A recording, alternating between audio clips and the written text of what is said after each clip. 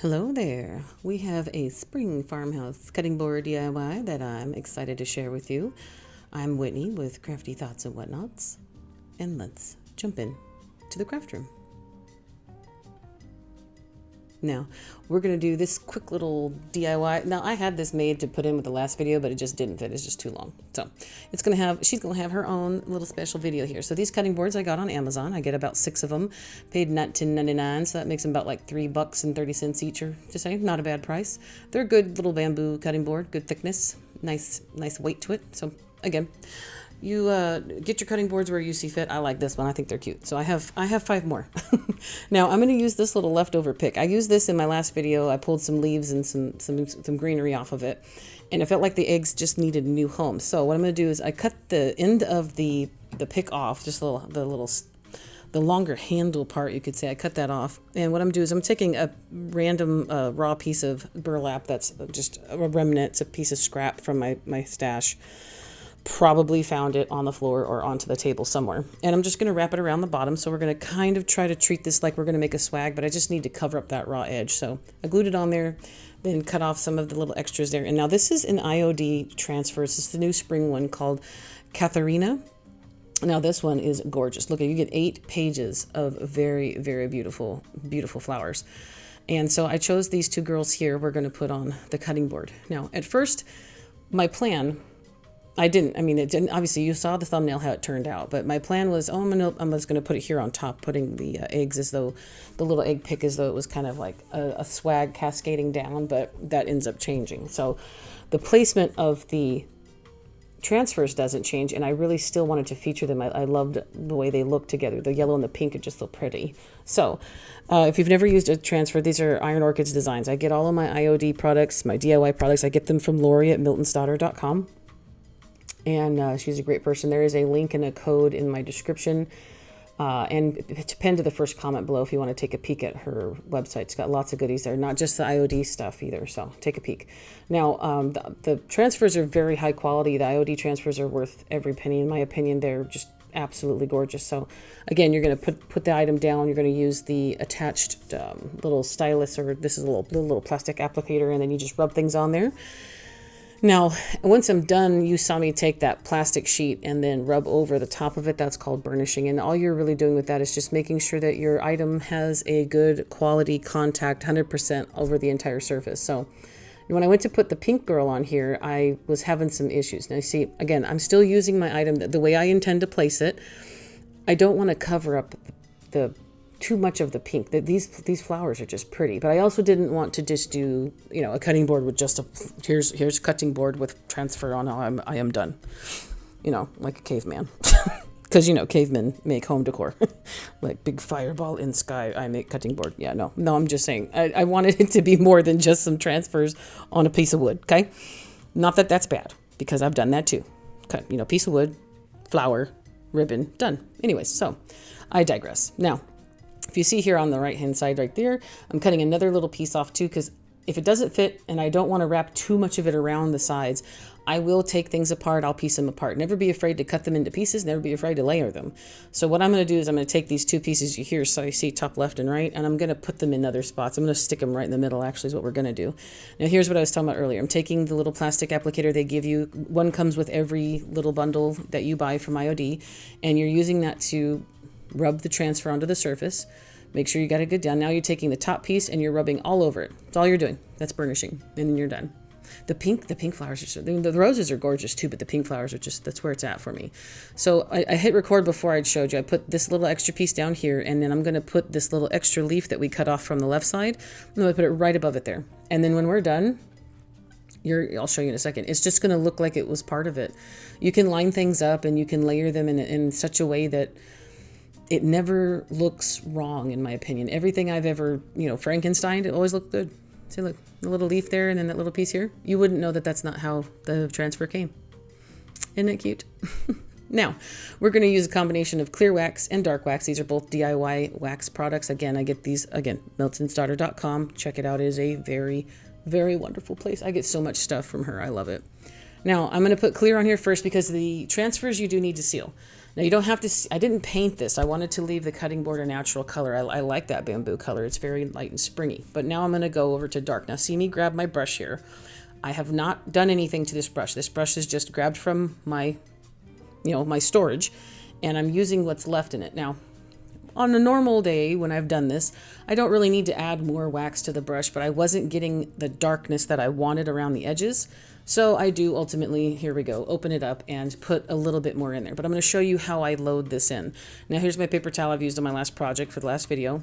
Now I'm putting a decent amount of that dark wax in the brush, and I'm using the paper towel to work it into the bristles of my wax brush. Now let me explain what my wax brush is a stencil brush. I have dedicated its life to using it for dark wax, as you can tell.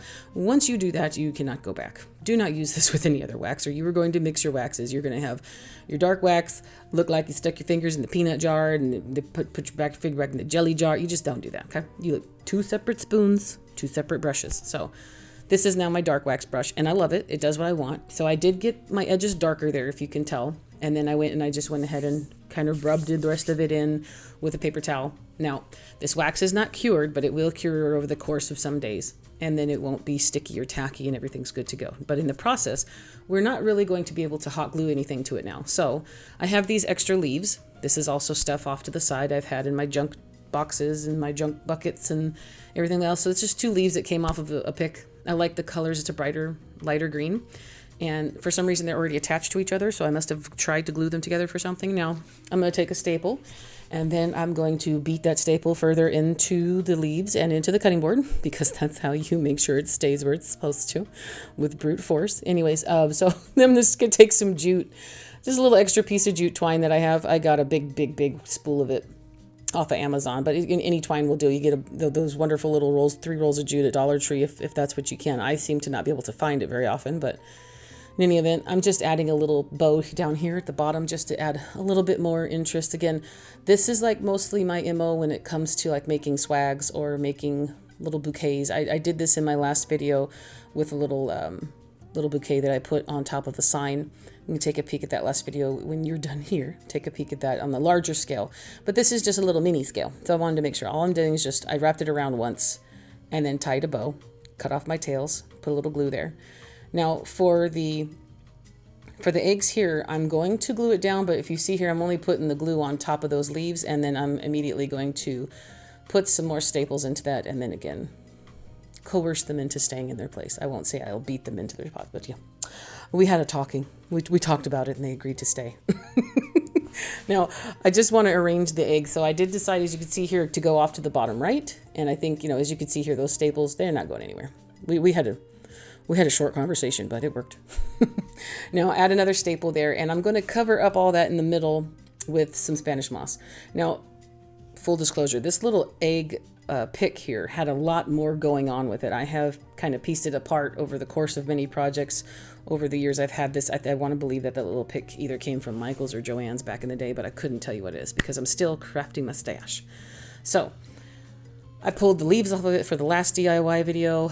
I've probably taken a few eggs off of it from here and there just to add into little things, one off here, one off there. Now the Spanish moss, in my opinion, I should have used my darker or my brighter green one, but in any event, I chose to go with this classic farmhousey.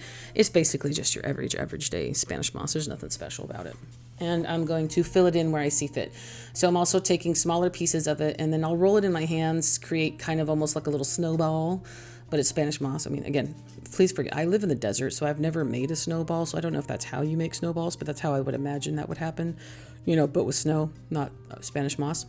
So tell me if you live in the snow, is that how you make a snowball? Tell me about it. Right here. See, look. Ta-da. Snowball. No?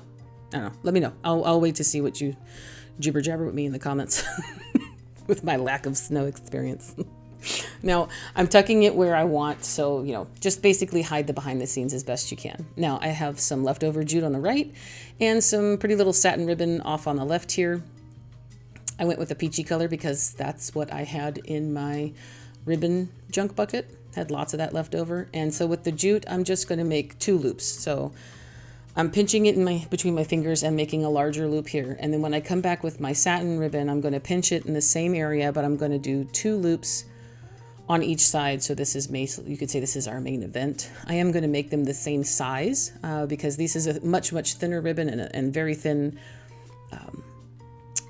jute. It's not going to, it doesn't need, it has no weight to it. So it's not like we're using a thicker 1-inch ribbon or a 1/4-inch ribbon. This is just very thin twine and ribbon. So we got a lot to work with. So I did a double loop with the color ribbon and just 1 loop with the jute. Now I took an extra piece of jute. Now I'm tying it in the middle. I'm a little struggle bus right here. Party of 1. Now I did win, so I'm just taking a jute, securing it in the middle. I'm going to tie it in a knot and that's it. I'm not going to wrap it around and kind of, do the little bundly twine thing I normally always do, but I am just going to leave that twine there as though it's another set of tails. Even though I only have 1 loop, it's like, who's going to really go in there and count? I see 2 loops of jute, but 4 tails, Whitney. This is totally not right. Unrealistic. No, bows do not happen like that in nature. Guess what? Eggs don't grow on cutting boards either. But I like this. I think it's cute. So again, just a little bit of hot glue on the back, and we're going to push her down into the Spanish moss. It's making contact below there. That glue kind of drips down in there. That's why I don't want to use too much. You don't want to oversaturate it with the glue because sometimes that's going to be bad. It end up looking, you don't want to see the glue. That's the point of the Spanish moss, is to cover up the staples that we put back there, but then also anything else that we add to it with the glue. Now, I cut my tails at a diagonal. It won't really matter because of how thin this is, but it's just giving it a clean little end on each one of those tails. And then that's it. That's all she wrote, man. Look how cute it is. So again, this is more than just wood flower done, or wood flower ribbon done, or wood transfer done, but I like it. I didn't put anything in the top. I'm going to use it sort of kind of like this. Tabletop display is how I would use it. She will be for sale on my coffee page, so take a peek at that if you'd like. But tell me what your thoughts are. This was just a one-off because I did have this done, and at the same time I did the last 3 girls for my last video that you just saw.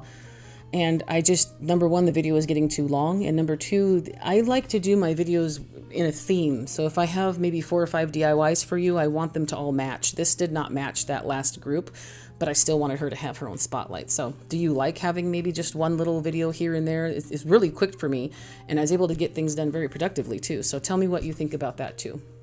Now here's my coffee shop. I do have a link in the description below, as well as the first pinned comment, so you can take a peek there. Should you feel like you learned anything or you want to donate, you can also take a peek and get some DIYs that are for sale listed there too.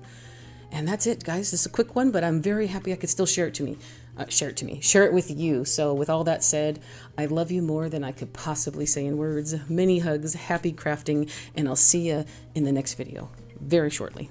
Bye-bye for now.